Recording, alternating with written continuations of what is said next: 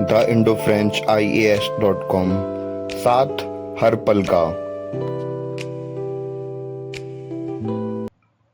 तो hello guys, आज हम लोग करने वाले हैं अपने क्लास 11 का BST का चैप्टर नंबर 1, जिसका नाम है बिजनेस, ट्रेड एंड कॉमर्स। तो सबसे पहले इसकी बेसिक डेफिनेशन को समझते हैं कि हम लोग इस चैप्टर में एक्चुअली पढ़ने क्या वाले हैं। तो सबसे पहले हम लोग बात करते हैं कि जो बिजनेस है वो हम लोग बात करें एक सेंट्रल एक तरीके से ये समझ लीजिए एक सेंटर की तरह काम करता है। हमारी जो इकोनॉमी है कंट्री की, तो वो एक तरीके से उसका सेंटर ही हम लोग बात करें बिजनेस है। यानी कि कोई भी इकोनॉमी बिना बिजनेस के सर्वाइव नहीं कर सकती है। तो बिजनेस क्या है? बिजनेस इज सेंट्रल है हमारी अवर की जो डे लाइफ है, और जो बैकबोन है हमारी इकोनॉमी का, उसका सेंटर यही है। और हम लोग देखते हैं कि एंशियंट समय से जो हमारी एंशियंट सिल्क रूट है, तो बहुत बार लोग पूछते हैं कि ये सिल्क रूट क्या है।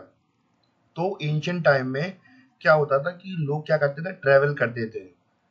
जैसे हमारा, अगर मैं इंडिया की बात करूं तो मैं एक रफ डायग्राम बना दूं, तो ये चाइना वगैरह है, तो चाइना से लोग सामान लेते थे और ये सिक्किम के थ्रू, इंडिया के थ्रू, अफगानिस्तान के थ्रू चले जाते थे। तो इसी रूट को क्या कहा गया, सिल्क रूट कहा गया। तो इस ये व्यापार के लिए बहुत जानी जाती थी, और यहाँ से दूर दूर से लोग आते थे, अमेरिका से आते थे, ग्रीक से आते थे, बहुत दूर दूर से लोग आते थे। अमेरिका तो मैंने खैर गलत बोल दिया, यूरोप से लोग आते थे। ठीक है, तो मॉडर्न और हम लोग देख रहे हैं कि मॉडर्न ई-कॉमर्स का समय आ चुका है कि हम लोग आजकल ऑनलाइन चीज़ें मँगा रहे हैं। तो जितनी भी हम लोग बात करें बिज़नेस एक्टिविटीज़ हैं, तो जैसे ग्रोथ है, प्रॉस्पेरिटी है, सिविलाइज़ेशन की, तो इस चैप्टर में हम लोग कॉन्सेप्ट पढ़ने वाले हैं, नेचर पढ़ने वाले हैं कि बिज़नेस क्या होता है, बिज़नेस का कॉन्सेप्ट क्या है, पर्पस क्या है, हिस्टोरिकल रूट्स कैसी हैं इंडियन सबकॉन्टिनेंट्स की, बिज़नेस एक्टिविटीज़ को क्लासिफाई कैसे किया है, ऑब्जेक्टिव्स क्या हैं बिज़नेस करने के, नेचर क्या है बिज़नेस करने का, रिस्क करने का, और एसेंशियल फैक्टर क्या होते हैं जब हम लोग क्या करना होता है, व्यापार करना होता है। तो आप लोगों के मन में भी आता होगा कि भैया अंधा पैसा हो हमारे पास, तो उसके लिए व्यापार भी तो सेटअप करना पड़ता है। ये चीजें देखनी पड़ती हैं, क्या चीज हो क्या चीज नहीं हो, अलग अलग चीजें होती हैं। देखो, कोई चीज शुरू करने के लिए तो वही चीज आ जाती है।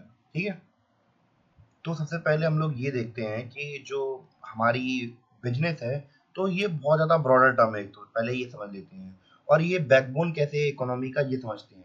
तो जैसा कि हमें पता है कि बिजनेस में क्या होता है कि हम लोग सामान खरीदते हैं, सर्विसेज बेचते हैं। तो अब हम लोग बात करें कि किसी भी देश में अगर बिजनेस नहीं होता, तो फिर आप कंट्री को चला ही नहीं पाएंगे। तो इसलिए बहुत ज़्यादा जरूरी है किसी भी इकोनॉमी के लिए, चाहे जितने भी ह्यूमन बीइंग हो, तो सबको कुछ ना कुछ सामान चाहिए होता है, गुड सर्विसेज चाहिए होती हैं अपनी नीड को सेटिस्फाई करने के लिए। हर किसी की ज़रूरतें होती हैं। जैसे मुझे भूख लग रही, तो मुझे खाना चाहिए। खाना कहाँ मिलेगा? ठेले वाले की दुकान पे। तो मुझे ठेले वाले की दुकान पर चलेगा। तो मुझे भूख लगी है, तो वो मुझे सामान देगा, मैं उसे पैसे दूँगा, व्यापार हो गया। तो यही चीज़ तो है भैया। और व्यापार क्या है? तो व्यापार हम लोग बात करें, बिज़नेस एक मेजर इकोनॉमिक एक्टिविटी है, जिसमें हम लोग बात करें कि ये क्या-क्या काम होता है। प्रोडक्शन होता है, सेल होता है प्रोडक्ट्स की, सर्विसेज़ की। और ये शुरू कहाँ से होती है? ये शुरू होती है प्रोडक्शन से। हम लोग कोई चीज़ बनाते हैं, और एंड होती है कहाँ पे? कंजम्पशन पे, जहाँ पे कोई चीज़ खत्म होती है, कंज्यूम की जाती है। इसमें सीरीज ऑफ स्टेप्स होते हैं, जैसे प्रोडक्शन हुआ, डिस्ट्रीब्यूशन हुआ, एक्सचेंज हुआ, और कंजम्पशन हुआ। और ये सब मिला के क्या बनाते हैं? इकोनॉमिक एक्टिविटी बनाते हैं। तो यही सारी चीजें जब होती हैं, तो यही सब चीजों को तो इकोनॉमिक एक्टिविटी बोल रहे हैं भैया।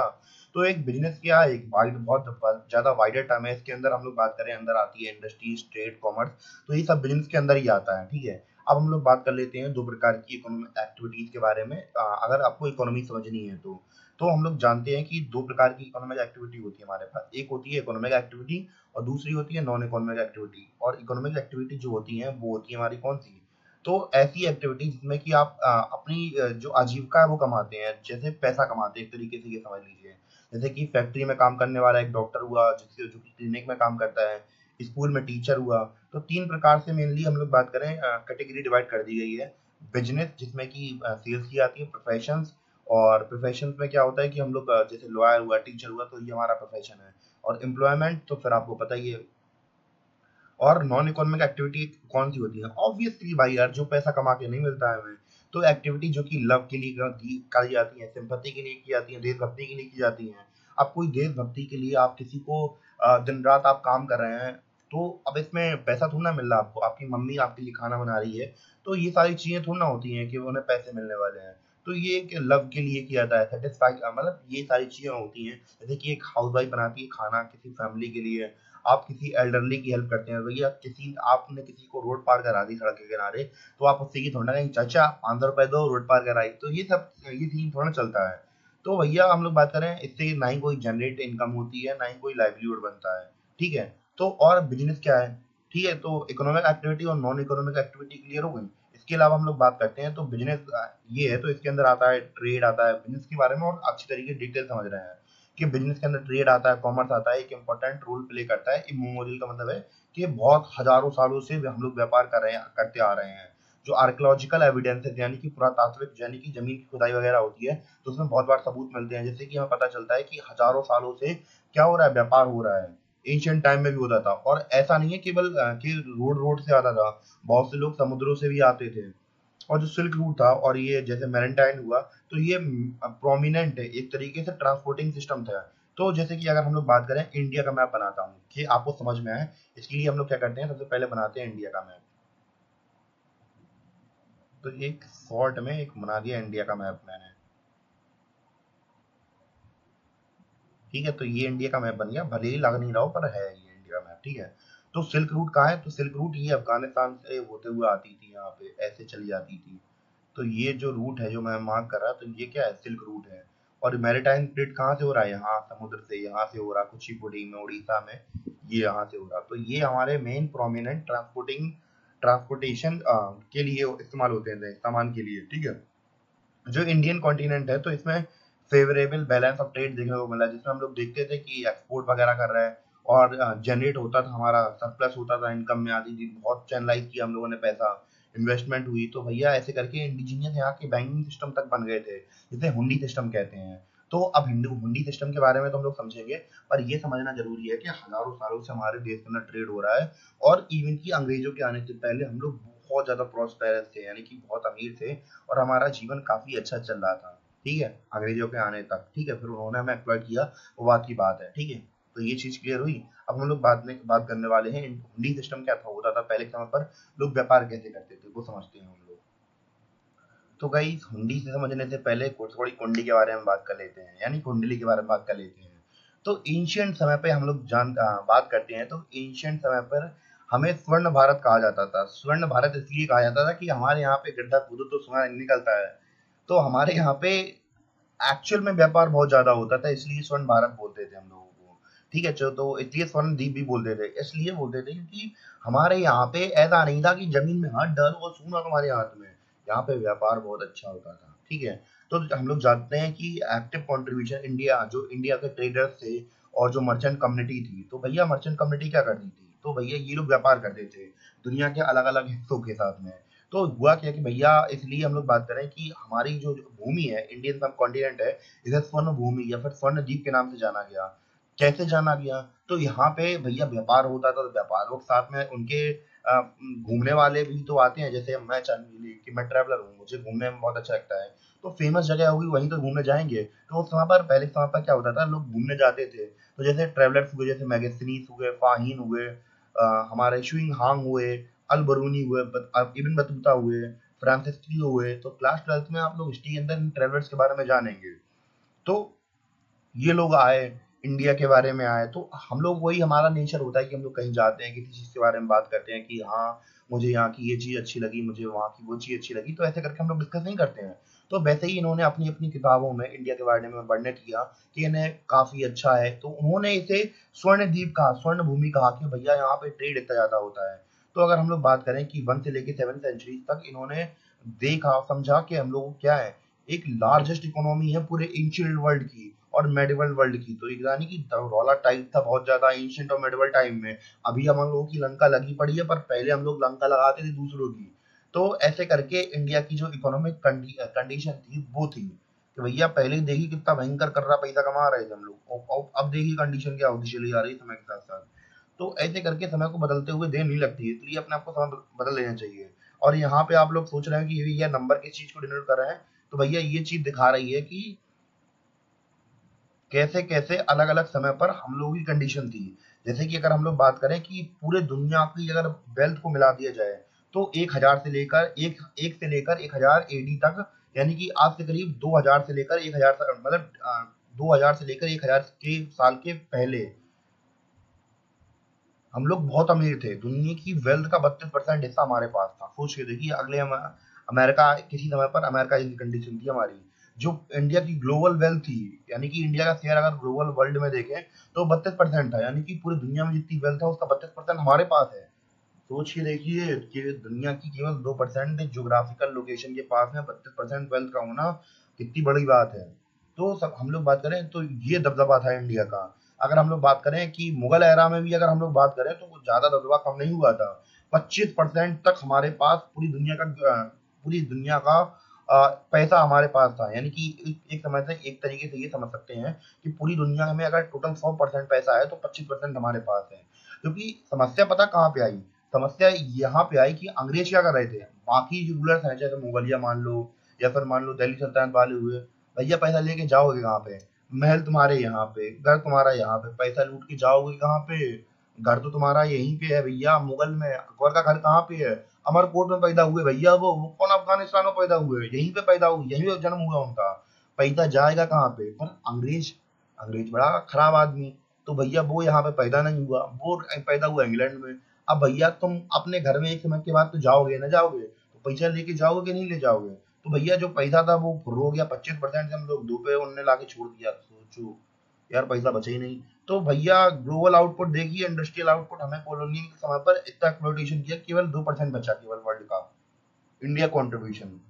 और 1991 के बाद इकोनॉमिक लिबरेशन किया गया कि भैया हमारे पास नहीं बचा था पैसा, तो फिर हमें क्या करना पड़ा? प्राइवेटाइजेशन को अलाउ करना पड़ा इंडिया के अंदर, कि चीजों को प्राइवेट लाना शुरू करना पड़ा हमें। तो ऐसे करके हमने क्या किया कि भैया हमारे पास 1991 में एलपीजी रिफॉर्म्स हुए थे। तो ये क्या थे, इसमें मैं थोड़ा बहुत बता दूंगा आपको। तो एलपीजी रिफॉर्म्स में एक्चुअली था क्या? एक्चुअली एलपीजी रिफॉर्म्स में ये था कि हमारे पास नहीं बचा था पैसा, तो हमें सरकार को चाहिए था पैसा काफी सारा। तो उन्होंने क्या किया कि प्राइवेटाइजेशन शुरू कर दिया कि जो बाहर की पहले कंपनीज होती थी उन्हें अलाउड नहीं होता था। पहले लाइसेंसिंग बहुत ज्यादा चलती थी, फिर कंपनियों को लाइसेंसिंग अच्छी तरीके से दी जाने लगी, आसानी तरीके से कर दी गई, जिससे कि जो कंपनीज है वो अच्छी तरीके से लाइसेंस ले सकें। तो ऐसे करके इकोनॉमिक रिफॉर्म्स लाए गए कि अपनी इकोनॉमी को स्टेबल करना था, तो इसलिए स्टेबलाइजेशन किया गया, रिकंस्ट्रक्शन किया गया और ग्लोबलाइजेशन किया गया हमारी इकोनॉमी के साथ में 1991 में, ठीक है। और काफी काफी अच्छा चीज भी रही, ठीक है। तो मेजर जो ट्रेड था, अब हम लोग बात करने वाले हैं कि पुराने समय में कैसे कैसे जो ट्रेडिंग सेंटर थे वो कौन कौन से थे। तो जैसे कि हम लोग बात करें मेजर ट्रेडिंग सेंटर, जैसे पाटलिपुत्र हुआ, तो यहाँ से पत्थर एक्सपोर्ट होते थे। पेशावर में वूल्स और हॉर्सेस का व्यापार होता था। तक्षशिला पाकिस्तान वाला इलाका है, तो यहाँ पे कॉमर्शियल बैंकिंग वगैरह होती थी। सूरत में हम लोग बात करें मुगलिया एरिया में, यहाँ पे दरी का काम बहुत फेमस था। और सूरत की हुंडी बहुत फेमस थी इजिप्ट और ईरान में। कांची की बात करें तो यहाँ पे हम लोग बात करें कांची में हम लोग बात करें, जो चाइनीज ट्रेडर होते थे वो खास प्रकार के पर्ल्स मोती लेने आते थे, रेयर स्टोन्स लेने आते थे। तो ऐसे करके हमारे इंडिया के अलग अलग हिस्से बहुत ज्यादा फेमस थे। और जैसे कावेरी पट्टा, तो ये लोग ट्रेड करते थे मलेशिया, इंडोनेशिया, चाइना से। और यहाँ से हम लोग बात करें ट्रेडिंग से, बिल्डिंग का भी काम होता था। और धीमे धीमे जैसे ही हम लोग बात करें ब्रिटिश एम्पायर का इमरजेंस हुआ इंडिया के अंदर, तो जो हमारी इकोनॉमी थी, तो पहले हमारा इंडियन इकोनॉमी कैसी थी, तो हम लोग सामान बना के भेजते थे दूसरी कंट्री के अंदर, फिनिश्ड गुड भेजते थे। तो दो चीज समझ लीजिए, रॉ मटेरियल और फिनिश्ड गुड में अंतर क्या होता है कि रॉ मटेरियल होता है कच्चा माल, और फिनिश्ड गुड होते हैं हमारे पका हुआ माल। एक तरीके से ये समझ लीजिए कि जब आप लोग गेहूं बेचते हैं तो आपको पता होगा 5 रुपए किलो, 10 रुपए किलो गेहूं बेचते हैं। और आटा कितने रुपए किलो बेचता है? आटा बिकता है 20 रुपए किलो, 50 रुपए किलो, मतलब 20-30 रुपए किलो बिकता है आटा, ठीक है। तो 5 रुपए से 25-20 रुपए में अंतर कहाँ से आ गया? अगर तुम मैन्युफैक्चरिंग भी कर लो तो 5 रुपए तुम्हारी कॉस्ट कटिंग हो गई, कितनी 10 रुपए लग गई तुम्हारी। तब भी तुम 15 रुपए का बेच सकते हो, पर तुम बीच कितना है 20 रुपए का, तो प्रॉफिट किसमें होता है? तो मैक्सिमम जो प्रॉफिट होता है वो होता है फिनिश गुड में। और रॉ मटेरियल में ज्यादा प्रॉफिट नहीं बन पाता है। तो हमारी उन्होंने इतना लूटा, हमें फिनिश गुड बेचने नहीं दे रहे, और हमसे क्या ले रहे हैं? रॉ मटेरियल ले रहे थे। तो इंडिया प्रोसेस्ड गुड को बंद कर दिया गया, इंडिया के प्रोसेस्ड गुड को, और इंडिया बन गया रॉ मटेरियल का एक्सपोर्टर। क्योंकि अंग्रेज भैया रूल कर रहे थे, तो वो कानून ही ऐसे बनाते थे कि हम लोग एक्सपोर्ट नहीं कर पाते थे कुछ, ठीक है। तो ऐसा हुआ, तो इंडिपेंड तो इसलिए हमारी जो कंडीशन थी बदते बदतर होती गई। फिर इंडिपेंडेंस के बाद में हम लोग बात करें कि बैलेंस ट्रेड क्राइसिस हुआ, बैलेंस ऑफ पेमेंट क्राइसिस हुआ, तो फिर हम लोग 1991 में एलपीजी रिफॉर्म्स लेके आए। और हम लोग देख रहे हैं कि आज के समय पर जो हमारी इकोनॉमी है वो फास्टेस्ट इकोनॉमी में गिनी जाती है, ठीक है। तो हमारे इंडिया के अंदर बहुत सारे इनिशिएटिव लिए गए, जैसे मेक इन इंडिया हुआ, स्किल इंडिया हुआ, डिजिटल इंडिया हुआ। तो ऐसे इनोवेटिव प्रोग्राम्स लाके हमारी इकोनॉमी को क्या किया गया, इम्प्रूव किया गया। और ऐसे करके हम लोग अभी चल रहे हैं, ठीक है।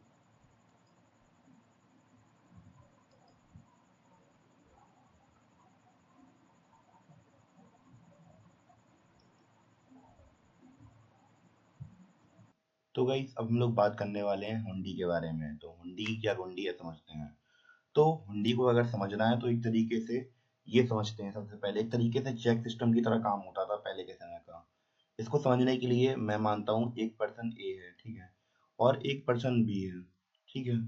अब ये कोई व्यापारी है, इसे ये व्यापार करने जाना है, ठीक है, बी वाले पास में। और इनकी दूरी ये रहते हैं भैया अमेरिका, ये रहते हैं लंदन में और ये रहता है चाइना में। इन्हें व्यापार करने जाना है। इसे पता है कि अगर हम व्यापार करने के लिए अगर पैसे लेके गए तो भैया ये क्या करेगा, मैं कोई ना कोई रास्ते में लूट लेगा।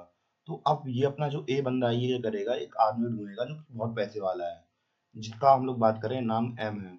तो भैया एम के पास में एक पोस्टिंग है कहाँ पे, लंदन में, और दूसरी पोस्टिंग इसका आदमी बैठता है कहाँ पे, इंडिया चाइना में, ठीक है। तो अब ये क्या करेगा, ए वाला जाएगा इसके पास में, ये बड़े बिजनेसमैन के पास होगा। तो ये इसके पास पहुंचा। तो बड़ा बिजनेसमैन क्या करेगा भैया, इसको एक चिट्ठी टाइप में, जैसे कि हम लोग बोलते हैं चेक बोलते हैं, तो ये इशू करेगा, ठीक है। तो अब ये जो चेक है वो लिख देगा और उसको कुछ पैसे दे देगा। यानी कि जितना वो चेक में पैसे लिखेगा, वो जितने ये पैसे देगा उतना ही चेक में पैसे लिख देगा। और अब इसे पैसे लेके नहीं जाने हैं, ठीक है। इस आदमी को ए को पैसे लेके नहीं जाने हैं। अब ये पर्ची लेके जाएगा। अब ये बी के पास पहुंचने से पहले पहुंचेगा कहाँ पे, इस एम वाले के पास में। इससे कहेगा भैया ऐसा बात है कि आपके मालिक के पास हमने पैसा जमा किया है और हमको दे दो, ठीक है। तो अगर मान चलिए कि आपकी हुंडी चोरी भी होगी तो ये किसी एक जाने माने पर्सन को ही दी जाएगी, ठीक है। तो इससे पैसे भी बच जाए, अगर डकैती हकैती अगर आपके ऊपर होगी तो वही बच जाएगी, ठीक है। तो एक तरीके से सेफ रास्ता था आपका व्यापार करने का, ठीक है। और दूसरी चीज, इसके अलग अलग टाइप्स होते थे। यानी कि क्या, हुंडी समझ में आ गई होगी आपको कि बस इसके पास एम के पास पहुंचा, इससे पैसे उठाए और इससे पेमेंट कर दी और सामान ले लिया अपना, ठीक है। तो ऐसे करके व्यापार चलता था, हुंडी का ये होता था। मैंने आपको बता दिया सिंपल तरीके से। अब यहाँ पे हमें हुंडी के दो प्रकार देखने को मिल रहे हैं। यहाँ पे लिखा है दरसानी और दूसरा लिखा है मुद्दती हुंडी। तो क्या अंतर है मुद्दती में और क्या अंतर है दरसानी में। दरसानी का मतलब होता है दिखाना। तो जैसे ही आपको ये दिखाई जाएगी, जैसी हुंडी दी जाएगी आपको, तो वैसे ही आपको क्या करने हैं, पैसे देने हैं। जिसका जो भी इनका आदमी बैठा हुआ उसे पैसे देने पड़ेंगे, ठीक है। और दूसरा होता है मुद्दती। तो मुद्दती होता है फिक्स टाइम के लिए, यानी कि एक समय पीरियड के ऊपर ही आपको पैसे मिलेंगे, एक फिक्स टाइम के बाद ही आपको पैसे दिए जाएंगे, ठीक है। तो ये हमारी होती है मुद्दती, ठीक है। तो इसमें क्लियर हुआ। अब समझते हैं। तो रूट, अगर हम लोग बात करें रूट्स की बात करें, तो इंडियन सब कॉन्टिनेंट में जो पुराने समय से हमें इंडिजीनियस बैंकिंग सिस्टम देखने को मिलता आ रहा है, जिसमें हम लोग बात करें हुंडीज और चिट्टीज का काम किया जाता है, जो कि सेफ ट्रांसफर ऑफ मनी का काम करते हैं ट्रेडिंग एक्टिविटीज में। जैसे हिंदी का लिटरली मतलब होता है टू कलेक्ट, यानी कि लेना। और इसमें हम लोग बात करें, इसे लिखा जाता था क्षेत्रीय भाषा में। और इसमें हम लोग बात करें, कॉन्ट्रैक्ट वगैरह होते थे, वारंट होते थे, जो कि पैसे देने वगैरह होते थे, वो सारी चीज होती थी। एक हम लोग बात करें अनकंडीशनल, मतलब प्रोसेस होती थी, ऑर्डर होता था एक तरीके से समझ लीजिए, ठीक है। पैसे ट्रांसफर करने होते थे और बहुत दूर दूर तक ट्रैवल करना, तो भैया चोरी का डर, रॉबरी का डर होता था, तो उससे बचने के लिए इसका इस्तेमाल किया जाता था सेफ कॉमर्स करने के लिए। तो भैया अलग अलग प्रकार की अपनी हुंडी है, उनको समझ लेते हैं। जानी जोग दरसानी, तो ये हुंडी का नाम है, ठीक है। अब जानी जोग दरसानी का, अब ये किसी किसे दी जाएगी, की फीचर क्या है, किसी भी व्यक्ति को दिए, यानी कि जिसे भुगतान किया गया है उस पर कोई जिम्मेदारी नहीं है, ठीक है। जिसे भुगतान किया गया उसकी कोई वो जिम्मेदारी नहीं है। दूसरा लिखा है, दूसरा लिखा है सहयोग सहयोग सहयोग दर्शानी। और ये भी क्या है, हल्के मतलब देनी पड़ेगी इन्हें। और ये दी जाएगी किसी स्पेसिफिक रिस्पेक्टेड पर्सन को। किसे दी जाएगी, सम्मानित व्यक्ति को दिया जाएगी। और प्राप्त कर, इसमें जिम्मेदारी किसकी होगी, इसमें जिम्मेदारी होगी प्राप्तिकर्ता पर जिम्मेदारी होती है, ठीक है। और अगला लिखा है फरमान जोग दर्शानी। तो ये हुंडी होती है, हुंडी ऑर्डर पे दी जाना, मतलब आदेश पर दिए जाएगी ये, ठीक है।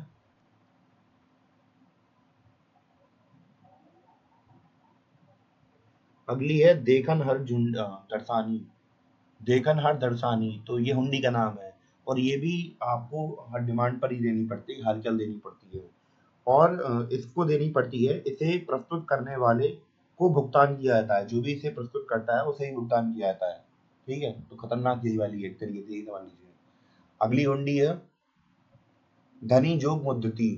तो धनी जोग मुद्दती क्या है कि इसको एक निश्चित अवधि के बाद ही व्यक्ति को दिया जाता है। इसमें जिम्मेदारी होती है प्राप्तकर्ता की ऊपर, नहीं मतलब प्राप्तकर्ता की कोई जिम्मेदारी नहीं होती है इस पर। ठीक है, और ये फिक्स टाइम पीरियड के ऊपर ही दी जाती है, और मुद्दती आ गया तो फिक्स टाइम पीरियड लग ही जाएगा। फरमान जोग मुद्दती, तो फरमान जोग मुद्दती में क्या होता है, एक निश्चित अवधि के बाद आदेश पर दिए दिए जाती है ये हुंडी। ठीक है, और उसके लिखा है जोखिमी मुद्दती। तो जोखिमी मुद्दती क्या है कि भेजे गए माल के विरुद्ध तैयार की जाती है। यदि माल रास्ते में खो जाता है तो भुगतान करने वाले या धारक को नुकसान उठाना पड़ता है। भुगतान पाने वाला की कोई जिम्मेदारी नहीं होती है इस हुंडी में। ठीक है, और धीमे धीमे हम लोग बात करें कि जैसे इमरजेंसी हुआ, क्रेडिट और ट्रांजिशन का, लोन्स का, एडवांस का, कमर्शियल ऑपरेशन आसान होने लगे। जो कमर्शियल और इंडस्ट्रियल जैसे कि बैंक है, बाद में इवॉल्व हुए, और ट्रेड और एग्रीकल्चर में बहुत ज़्यादा फायदा होने लगा। जैसे एग्रीकल्चर में लोन वगैरह प्रोवाइड करा था तो काफ़ी फायदा होता है लोन वगैरह में। ठीक है, तो ऐसे करके हमने हुंडी का मतलब समझ लिया, और कितने प्रकार की हुंडी थी और कितने प्रकार की गुंडी थी, ये दोनों समझ लिया। ठीक है, तो गाइस अब हम लोग बात करने वाले हैं कॉन्सेप्ट की, यानी कि डेफिनेशन की बात करते हैं बिजनेस की। क्या क्या डेफिनेशन होती है बिजनेस की, और इसके क्या क्या खासियत होती है, कैरेक्टरिस्टिक क्या क्या है, उसके बारे में बात करते हैं। तो जो शब्द है बिजनेस, तो इसमें हमें बिजी शब्द देखने को मिलता है।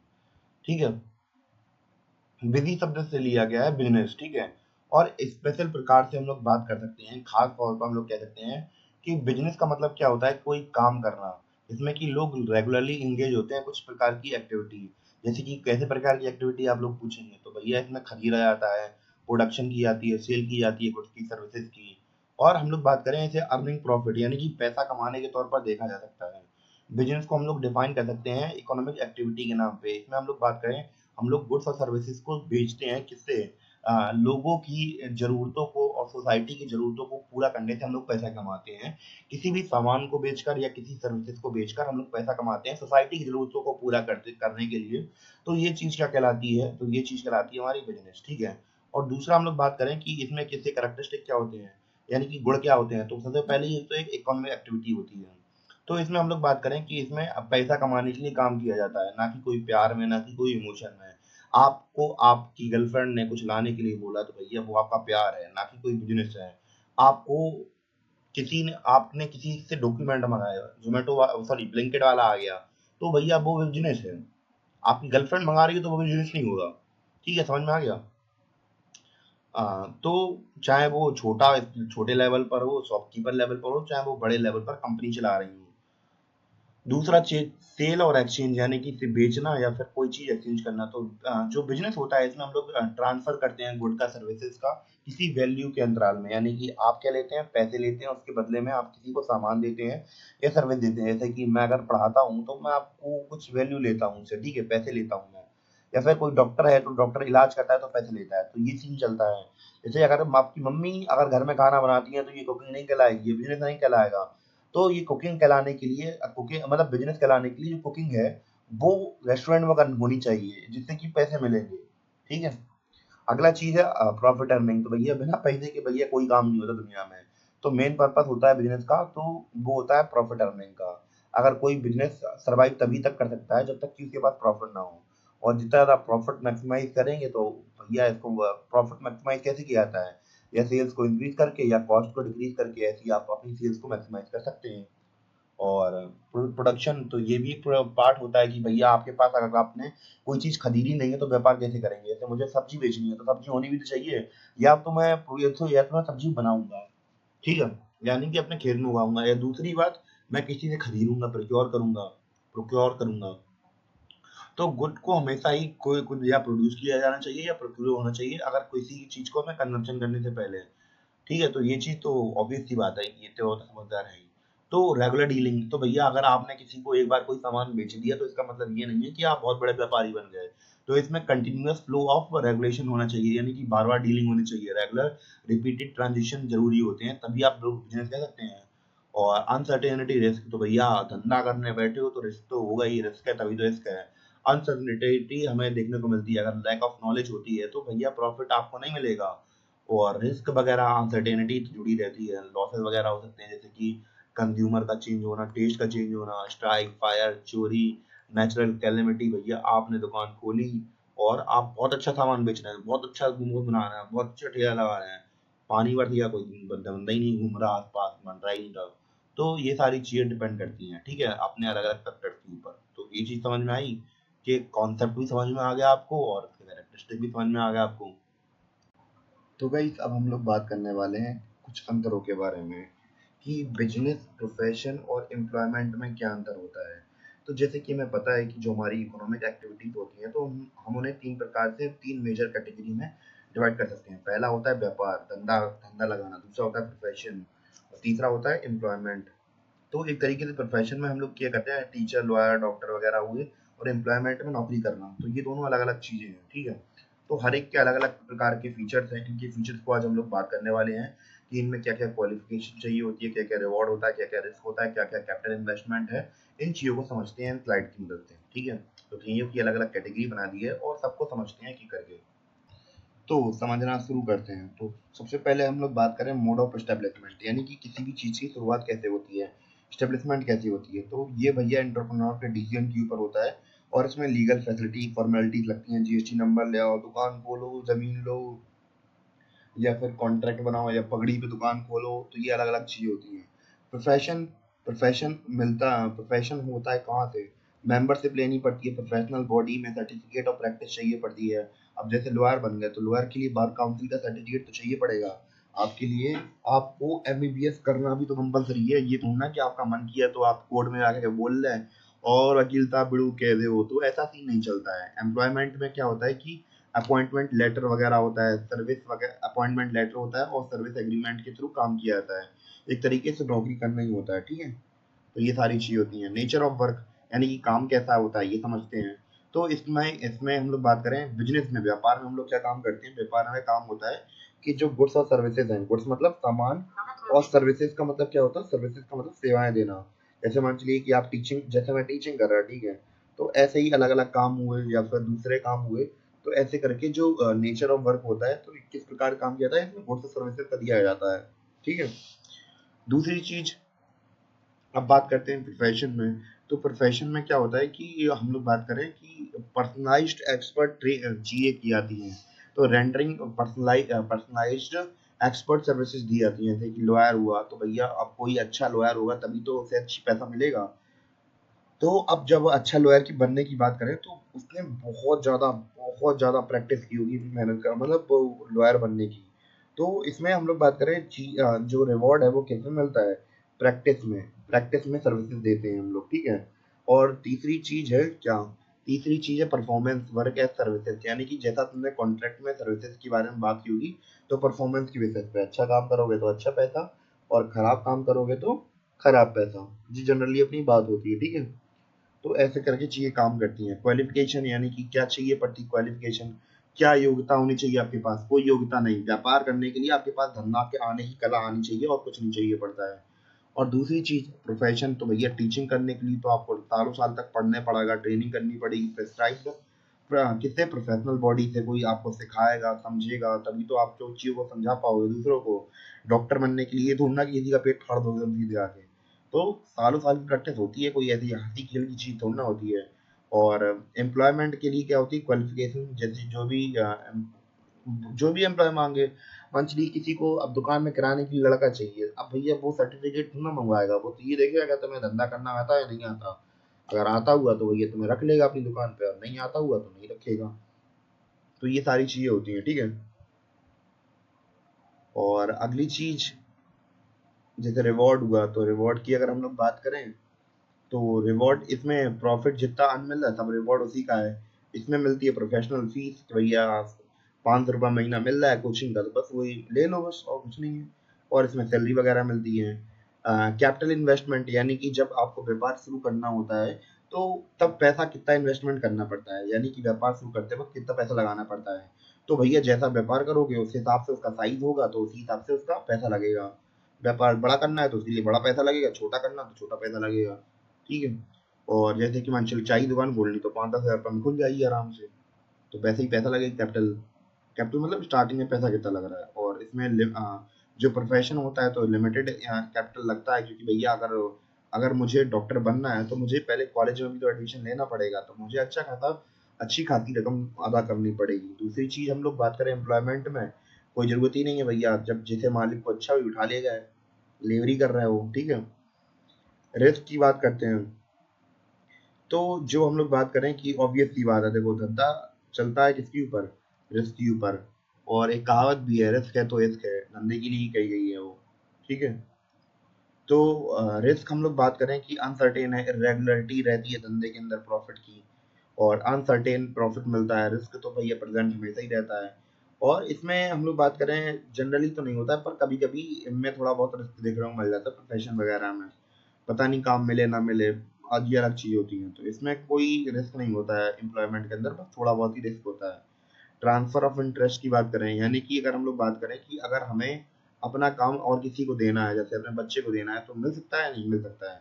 हाँ, फॉर्मेलिटीज के साथ में हम अपने बच्चे के नाम कर सकते हैं, अगर बिजनेस कर रहे हैं तो दुकान उसके नाम कर देंगे।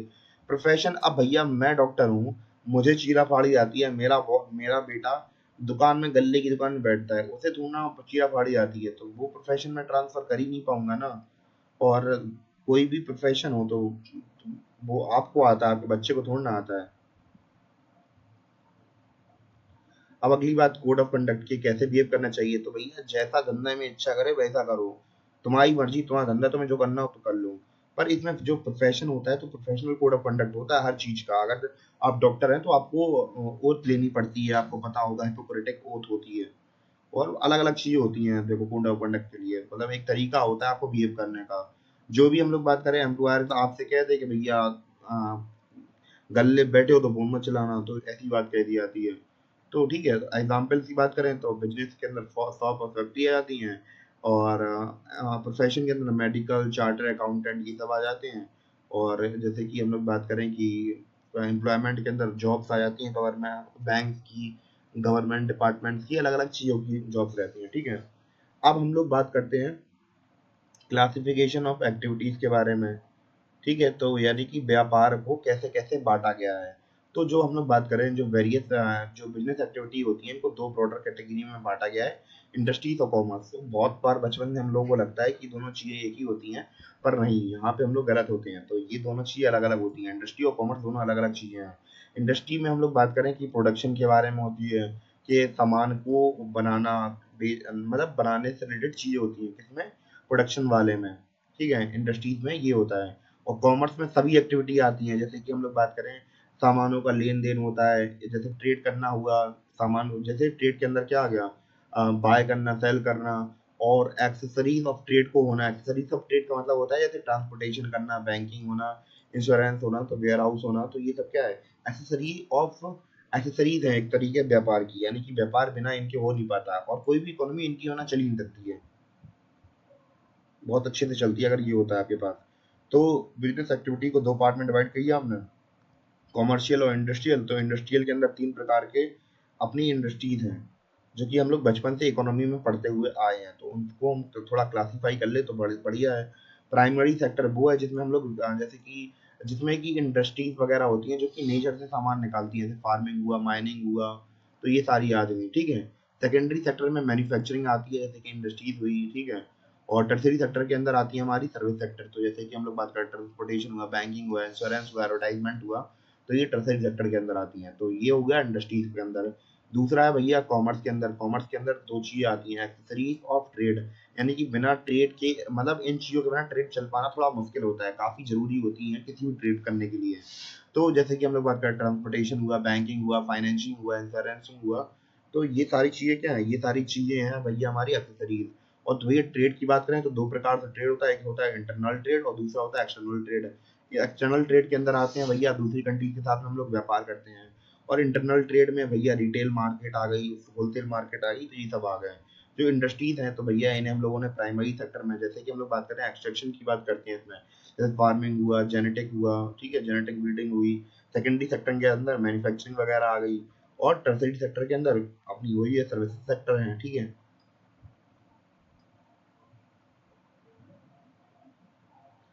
तो ये चीजें हुई। तो यहाँ पे हमारी एक्सेसरीज और ट्रेड लिखी हैं। एक्सेसरीज और टू ट्रेड ये ऐसी एक्टिविटी होती हैं जो कि असिस्ट करती हैं ट्रेड को, यानी कि ट्रेड करने में आपको हेल्प करती हैं। बिना इनके आप लोग ट्रेड करने में काफी दिक्कतों का सामना करना पड़ सकता है। इसमें हम लोग बात करें, ये सपोर्ट करती हैं, केवल ट्रेड को सपोर्ट नहीं करती है, बल्कि हम लोग बात करें ये इंडस्ट्रीज को भी सपोर्ट करती हैं, इवन की पूरी बिजनेस एक्टिविटी को सपोर्ट करती हैं। ये हेल्प करती हैं अलग अलग हिंड्रेंस यानी कि मुसीबतों को हटाने में, और कनेक्ट करती हैं अलग अलग रोड्स को, प्रोडक्शन करती हैं, डिस्ट्रीब्यूशन करती हैं गुड्स का, यानी कि बहुत दूर दूर तक सामान ले जाने में हेल्प करती हैं। इसमें हम लोग बात करें, मूवमेंट होता है, स्टोरेज होती है, फाइनेंसिंग होता है, डिस्कवरिंग होता है, सेल्स प्रमोशन होती है। तो अब कौन कौन सी चीजें आती हैं उनको अब गौर से देख लेते हैं। तो इसके अंदर आ जाता है ट्रांसपोर्ट और कम्युनिकेशन। तो भैया ट्रांसपोर्ट और कम्युनिकेशन, अगर भैया मान चलो कि अगर आप झांसी में रहते हैं, आपको सामान अमेरिका में पहुंचाना है, तो पहुंचाओगे कैसे? जमीन में आप भैया, आपके पास कुछ होना चाहिए। दो आदमी के ऊपर तुम हेलीकॉप्टर भेज दोगे क्या? मतलब कुछ खाली क्विंटल सामान भेजना हो विदेश में तो भेजो कैसे, अगर ट्रांसपोर्टेशन तुम्हारे पास हुआ नहीं है अवेलेबल। तो ट्रांसपोर्टेशन बहुत जरूरी है व्यापार करने के लिए। तो ये एक एक्सेसरी है। रिमूव हिंड्रेंस, यानी कि ये अलग अलग जगहों की मुसीबतों को हटाता है। मूव्स रॉ मटेरियल, यानी कि रॉ मटेरियल को प्रोडक्शन, जो प्रोडक्शन साइट होती है वहां से लेके फिनिश्ड गुड तक, जैसे कंज्यूमर वगैरह है, रोड के थ्रू, रेलवे के थ्रू, शिपिंग के थ्रू, पोस्टल टेलीफोन सर्विसेज के थ्रू इंफॉर्मेशन को एक्सचेंज करना, सामानों को ले जाना है इधर से उधर पे। तो ये ट्रांसपोर्टेशन और कम्युनिकेशन काम होता है। अगली चीज हुई बैंकिंग और फाइनेंसिंग। तो भैया कोई भी व्यापार करने के लिए आपके पास क्रेडिट मतलब पैसा चाहिए पड़ता है, तो भैया ये हटाता है फाइनेंस रिलेटेड दिक्कतों को। जैसे कॉमर्शियल बैंक्स हुए, ये भैया क्या करते हैं, ये कैश देते हैं, क्रेडिट देते हैं, लोन देते हैं, एडवांसेस देते हैं, जैसे कि इन्हें चेक में, रेमेंड्स में, फंड्स में, डिस्काउंट बिल्स में। तो ये हमें भैया एक्सपोर्ट करने में हेल्प करते हैं। जैसे कि हम लोग बात करें इम्पोर्टर वगैरह को, मतलब अलग अलग तरीके से पेमेंट में हेल्प करते हैं। इंश्योरेंस, तो भैया सबसे जरूरी तो ये इंश्योरेंस ही है कि भैया अगर आप एक जगह से दूसरी जगह कोई सामान भेज रहे हैं तो उसमें 32 प्रकार के खतरे होते हैं। आग ना लग जाए, चोरी ना हो जाए, तो 32 प्रकार के खतरे होते हैं। तो इंश्योरेंस बहुत जरूरी है। तो ये रिस्क हटाता है, यानी कि ये प्रोटेक्ट करता है फैक्ट्रीज को, बिल्डिंग्स को, मशीनरी को, स्टॉक्स को, एम्प्लॉइज को, के फायर से, चोरी से, एक्सीडेंट से, ऑक्यूपेशनल हजार्ड से, और लॉस रिकवरी में हेल्प करता है। यानी कि अगर आपको घाटा हो गया तो भैया इंश्योरेंस करा हुआ है तो पैसा मिल जाता है आपको वापस।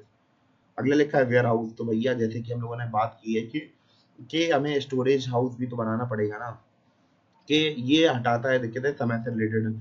तो जो हमारे पास, अगर अगर हम लोग स्टॉक्स में चीजें नहीं रखेंगे, जब हम, जैसे हमारा कोई कस्टमर आया, ठीक है, तो वो जल्दी में है, वो उसे बाहर जाना है, उसने कहा कि भाई मुझे सामान चाहिए जल्दी में। अब हमारी दुकान नहीं है इतनी बड़ी, छोटी सी दुकान है हमारी, तो अब हमें क्या चाहिए पड़ेगा, सामान चाहिए पड़ेगा। तो भैया हम लोग का अगर वेयर हाउस हुआ तो हम लोग 2 मिनट में सामान उठाया और टप सीना पकड़ा दिया उसे, तो हमारा जल्दी से काम हो गया। तो हमने जो भी सामान था हमने जल्दी जल्दी उसे दे दिया। ऐसे करके हमने अपना टाइम बचा लिया, और लॉसेस से बचाने के लिए, मेंटेन प्राइसेस करने रखने के लिए। क्योंकि अगर हम लोग बात करें कंटिन्यूअस सप्लाई होगी तो आपके पास अच्छा होगा। और दूसरी चीज भैया, अगर इसका फायदा भी, अगर मैं आपको इलीगल फायदा बताऊं, तो होल्डिंग वगैरह के बारे में आपने सुना होगा कि बहुत सारा वो सामान इकट्ठा कर लो, जब महंगा हो जाए तो भैया बेच दो। अब अगला लिखा है एडवर्टाइजमेंट और पीआर। भैया आज की दुनिया में बिना पीआर के कुछ नहीं होता। लाखों रुपए आपको इन्वेस्टमेंट करना पड़ेगा अपने सामान को, अपने प्रोडक्ट को बेचने के लिए। तो ये हम लोग बात करें, हिंड्रेंस हटाता है इन्फॉर्मेशन से रिलेटेड। एडवर्टाइजमेंट पेड एक्टिविटी होती है, इसमें हम लोग बात करें प्रिंट और नॉन प्रिंट मीडिया इस्तेमाल होता है। और जो पीआर होता है ये नॉर्मली अनपेड होता है, और जो हम लोग बात करें बेनिफिशियल होता है एक तरीके से बहुत ज्यादा। ठीक है, तो ये सारी चीजें क्लियर हुई तो आपको। तो हम लोगों ने क्या देखा, अभी हम लोगों ने क्या देखा, हमने देखी एक्सेसरीज ऑफ ट्रेड, यानी कि ट्रेड करने के लिए कौन कौन सी एक्सेसरीज यानी कि इंपॉर्टेंट चीजें होती हैं।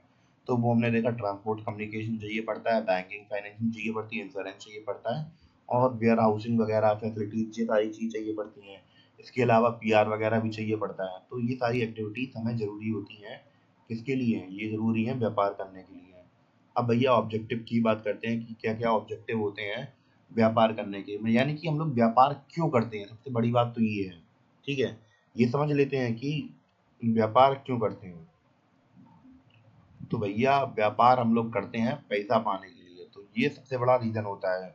ठीक है, तो प्रॉफिट है अपना मेन ऑब्जेक्टिव, पर इकलौता नहीं है। इसके अलावा भी हम लोग बहुत सारे ऑब्जेक्टिव होते हैं अपने व्यापार को करने के। इनमें से हम लोग बात करें कि सबसे पहले मार्केट स्टैंडिंग, मेंटेन करके रखना गुडविल और कंपटीशन, अपनी पोजीशन मार्केट के अंदर। इनोवेशन यानी कि सोसाइटी के अंदर कुछ चेंजमेंट लाना, इनोवेशन लाना, नए आइडियाज को इंट्रोड्यूस कराना मार्केट के अंदर, जिससे कि कॉम्पिटिटिव एज बढ़ सके। प्रोडक्टिविटी भैया, जो कंपेयरिंग जो आउटपुट वैल्यू है, इनपुट वैल्यू है, इसे मेजर कर पाना। और फिजिकल और फाइनेंशियल रिसोर्सेज को इस्तेमाल करना। और जैसे कि हम लोग बात करें प्लांट को, मशीन्स को, फंड्स को इस्तेमाल कर पाना। प्रॉफिट कमाना, तो ये तो भैया ऑब्वियस सी बात है, रीजनेबल प्रॉफिट हमें मिले।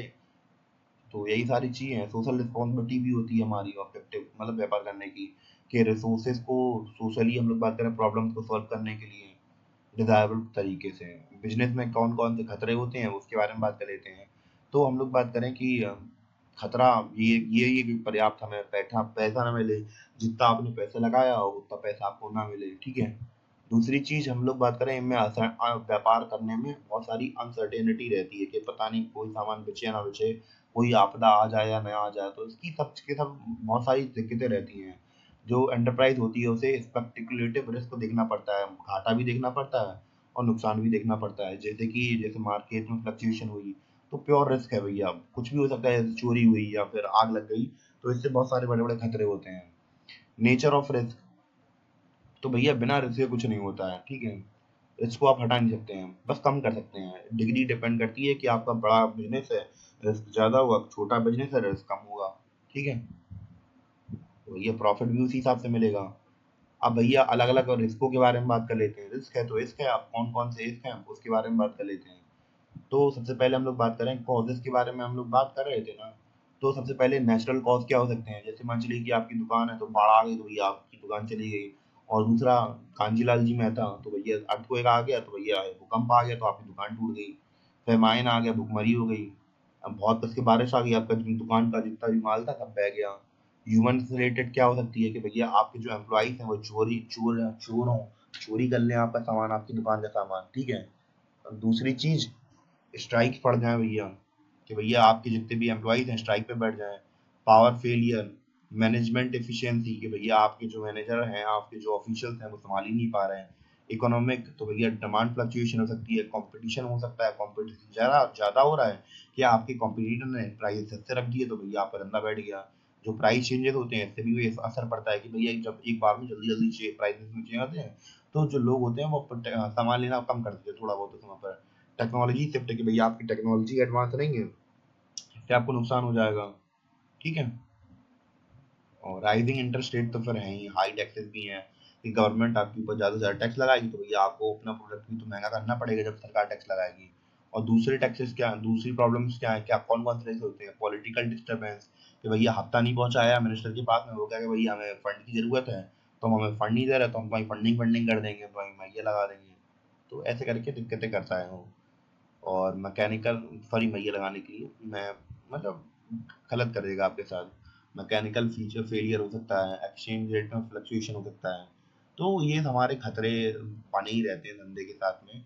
अब लास्ट में हम लोग बात करें कि हमें क्या चीज़ें देखनी चाहिए कोई व्यापार करने से पहले, उन चीज़ों के बारे में थोड़ी बहसाबाजी कर लेते हैं। तो जो एंटरप्रेन्योरशिप होती है तो एक ऐसी प्रोसेस होती है इसमें खुद का बिजनेस सेट करना होता है। एंटरप्रेन्योर एक ऐसा व्यक्ति होता है जो कि जॉब देता है ना कि जॉब लेता है। एंटरप्रेन्योरशिप हम लोग डिफाइन कर सकते हैं, एंटरप्रेन्योरशिप क्या होती है, यानी कि एंटरप्रेन्योरशिप क्या हो सकती है, एक सिस्टमैटिक मतलब पर्पसफुल क्रिएटिव एक्टिविटी है जो कि आइडेंटिफाई करती है लोगों की नीड्स को, मोबिलाइज करती है रिसोर्सेज को, और ऑर्गेनाइजिंग करती है प्रोडक्शन को, अपनी क्या वैल्यूज देने के लिए, सामान देने के लिए इन्वेस्टर्स को, और प्रॉफिट बनाने के लिए, अपनी रिस्क को लेकर अनसर्टेनिटी से रिलेटेड। तो क्या क्या होना चाहिए, कौन कौन सी चीज़ें देखनी चाहिए व्यापार शुरू करने से पहले। सबसे पहले होती है कि हमें कौन सा व्यापार करना है, ये बहुत जरूर समझना होता है, कि भैया आपके देश में भैया भगवान मारने वाले हैं नहीं और भगवान की मूर्ति बेच रहा है। तो ये ऐसी चीज़ें नहीं होती हैं। तो भैया बिजनेस का टाइप देखना जरूरी है, कि भैया बिजनेस का नेचर देखो कि किस मार्केट डिमांड के ऊपर बेस्ड है, टेक्निकल नॉलेज होनी चाहिए, पर्सनल इंटरेस्ट भी होना चाहिए। भैया पता चले कि आपका दिलचस्पी है नहीं फालतू में लगे पड़े हो में।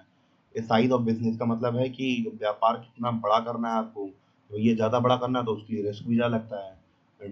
डिसाइड करो कि भैया कितने ऑपरेशनल लेवल पर तुम कितना व्यापार करोगे, एमएसएमई बनाओगे या फिर बहुत बड़ी इंटरप्राइज बनाओगे, भैया डिमांड कैसी है तुम्हारी, कैपिटल की अवेलेबिलिटी कैसी है। भैया तुम्हारे पास पैसा था नहीं, तुमने बहुत सारा पैसा मार्केट से उठा लिया और बाद में तुम्हारा धंधा चला नहीं, हो तुम क्या हुआ, कर्जे में हुआ, तुम्हें निपटा दिया गया। फिर पैसा है ही नहीं तो भैया कोई ना कोई उठा ले जाएगा आपको। लोकेशन मैटर करती है कि भैया आप ऐसी जगह पे दुकान खोले हो। अब भैया आपकी चाय कहाँ बिचेगी, चाय बिचेगी स्टेशन पे जहाँ पे भीड़ हो, जनता खड़ी हो। अब बीच जंगल में खड़े होकर तुम चाय बेचोगे, खरीदेगा कौन, क्या भालू खरीदने आएगा तुम्हारी चाय क्या। लोकेशन भी मैटर करती है, रॉ मटेरियल कहाँ लग रहा है भैया। अब भैया रॉ मटेरियल आप अमेरिका से मंगा रहे हो और रहते हो इंडिया में हो, तो सामान तो महंगा पड़ेगा ही पड़ेगा। लेबर की अवेलेबिलिटी होनी चाहिए कि भैया लेबर, भैया एक दिन का आपका 5,000 रुपये मांग रहा, तो भैया आपका प्रोडक्ट 500 रुपए का और लेबर 5,000 रुपये मांगे तो तुम पैसा कहाँ से दोगे भैया उसे, अपनी जेब से दोगे क्या। पावर हुई, बैंकिंग हुई, ट्रांसपोर्टेशन हुई। तो भैया ट्रांसपोर्टेशन में अगर खर्चा बढ़ेगा तो भैया ऑब्वियस सी बात है कि आपके प्रोडक्ट में खर्चा बढ़ेगा। कम्युनिकेशन जरूरी है, ठीक है, तो ये सारी चीजें बहुत जरूरी होती हैं, सब चीजों को देखना पड़ता है। अगली चीज हुई फाइनेंसिंग। तो भैया फाइनेंसिंग का मतलब कि भैया आपको फिक्स एसेट होना चाहिए। जैसे मान चलो कि कोई धंधा चालू कर दिया आपने, तो धंधा चालू तो कर दिया भैया, धंधा चालू करना आसान है। अब भैया उसकी जरूरतें भी तो हैं, जमीन चाहिए, मशीन चाहिए, करंट एसेट भैया देखने पड़ते हैं, ये सब सब से ये चाहिए पड़ती है, उसके लिए चाहिए पड़ता पैसा। बिना फाइनेंसिंग के देखो कुछ नहीं होने वाला। फिजिकल फैसिलिटीज भैया हम लोग बात करें, जैसे मशीन हुई, बिल्डिंग्स हुई, सपोर्टिव सर्विसेज हुई, जैसे कि हम लोग बात करें तो ये सब चीजें चाहिए पड़ती हैं। कॉम्पिटेंट एंड वर्कफोर्स तो आइडेंटिफाई करनी चाहिए, स्किल्ड और अनस्किल्ड वर्कर की भैया ऐसा तुमने बंदे रख लिए अपनी कंपनी के अंदर या अपने टीम के अंदर जिन्हें कुछ आता ही नहीं है, तो भैया वो तो आपकी प्रोडक्टिविटी कम कर देंगे ना। तो ये सारी चीजें देखना जरूरी होता है। टैक्स प्लानिंग का मतलब क्या है कि भैया टैक्स लायबिलिटी देखनी पड़ती है कि भैया कितना टैक्सेस का क्या इम्पैक्ट है, कि भैया ज्यादा टैक्स नहीं लग रहा है तो कम टैक्स नहीं लग रहा है, ये सारी चीजें देखनी जरूरी भी है। ठीक है। लॉन्चिंग द एंटरप्राइज, मोबिलाइज करना रिसोर्सेज को, फुलफिल करना लीगल फॉर्मेलिटीज को, और स्टार्ट करना प्रोडक्शन, इनिशिएट करना सेल प्रमोशन। तो ये सभी चीजें देखना बहुत जरूरी हो जाता है, और बाकी यहीं पे अपना चैप्टर खत्म हो जाता है। और अगर आप लोग कर रहे हैं गवर्नमेंट एग्जाम की तैयारी, क्लास 11 10th 11 12 की तैयारी, तो आप लोग हमारे courses the end of French IES.com हमारी वेबसाइट है, वहाँ पे आप लोग जाके विजिट कर सकते हैं। और वहाँ पे जाके आप लोग अपनी तैयारी कर सकते हैं बहुत अच्छी तरीके से, बहुत सस्ते दामों में। धन्यवाद, बाय बाय बच्चों।